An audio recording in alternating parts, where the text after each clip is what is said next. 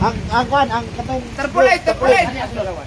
Arestado sa kinasang buy-bust operation ng isang di-listed drug personality ng mga operatiba ng Valencia City PNP sa barangay Ginayuran ng Valencia City, Bukidnon. Kinilala ang drug suspect na si alias Dino, 37 na taong kulang at residente ng nasabing lugar, nakasama sa di-listed ng mga otoridad.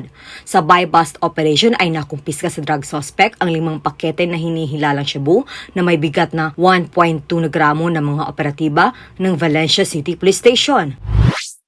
O mga kaubanan, kita sa sa kabaybang operasyon dari Sumaya, Cruzay, Barangay Ginayuran, sakop ng siyudad sa Kami po ay nananawagan ng suporta at kooperasyon ng ating mamamayan kung meron po silang nalalaman ng mga tao na nagbebenta, gumagamit ng illegal na droga, to report it immediately sa ating mga nearest police station. Pakamit na po natin yung drug-free community dito sa Northern Mindanao. Kasi po ang inyong kapulisan, hindi po tayo titigil hanggat hindi po natin na-aresto yung mga taong may kinalaman sa proliferation ng illegal drugs dito sa Northern Mindanao.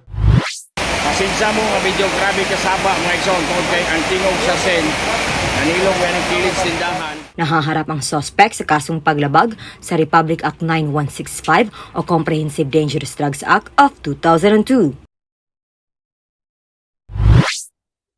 Mula dito sa Police Regional Office 10, ako ang Police News Network Correspondent Paturuman K. Francisco, alagad na batas, tagataguyod ng balitang pulis.